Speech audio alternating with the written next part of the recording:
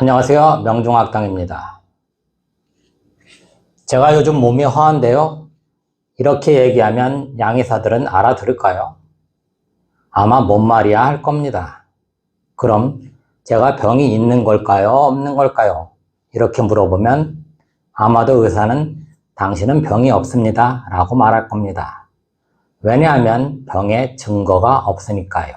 서양의학은 이처럼 뭐든지 눈으로 확인할 수 있는 물적 증거를 요구합니다. 물론 근거가 있어야 처방이 나온다는 논리는 저 역시 이해합니다. 하지만 세상에는 눈으로 확인할 수는 없지만 존재하는 질병들이 있습니다. 예를 들면 CRPS, 복합부위통증증후군과 같은 질병들이 있죠. CRPS 환자들은 겉으로 보면 완전 정상인과 같습니다.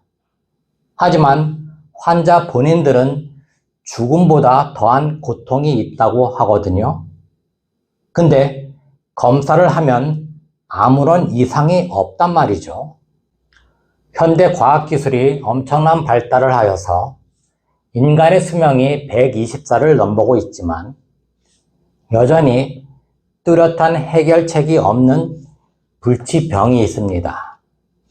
CRPS 말고도 대표적인 불치병으로 감기가 있죠. 메르스, 코로나와 같은 전염병 역시 감기의 일종이죠. 근데 현재까지도 감기를 완전 치료할 수 있는 약은 없습니다. 왜 현대의학이 이토록 발전했는데도 불치병에 대한 뚜렷한 대안이 없는 걸까요? 저는 그 원인이 현대의학이 너무 유물론에만 치우쳐 있기 때문이라고 생각합니다. 분명히 육안으로는 확인할 수는 없으나 환자 본인은 아프다고 소리치는데 오로지 유물론에만 빠져 물질적인 증거만을 찾고 있으니 해결할 방법이 없는 겁니다. 유물론에 반대되는 개념이 유심론이죠. 마음과 정신은 물질과 다르다는 점을 인정하고 유심론적 의학사상을 접목해야 합니다. 유심론적 의학사상은 중의학, 한의학과 같은 동양의학을 말합니다. 즉, 동양의학과 서양의학을 결합해야지만이 비로소 불치병에 대한 실마리가 풀리지 않을까 하는 생각이 듭니다. 물론 동양의학에도 여러 단점이 있죠. 우선 불편하고 느리고 미심쩍은 면이 있는 것이 사실입니다. 교통사고 나서 다리가 부러졌는데 침 맞고 한약 먹을 수는 없잖아요. 당장 외과 수술을 하는 것이 당연합니다. 그렇다고 동양의학이라고 해서 수술을 못하는 것이 아닙니다. 중국 한나라 말기에 화타는 마비산이라고 해서 대마초로 만든 마취제를 개발하여서 외과 수술을 했다는 기록이 있습니다. 하지만 실질적인 외과 수술 분야는 역시 서양의학이 우수한 것이 사실입니다. 이처럼 눈으로 확인하고 치료할 수 있는 외과 분야는 서양 기술이 분명히 한 수 위입니다. 그러나 육안으로 보이지는 않지만 환자 본인은 분명히 아픈 내과 질병은 동양의학의 도움이 반드시 필요합니다.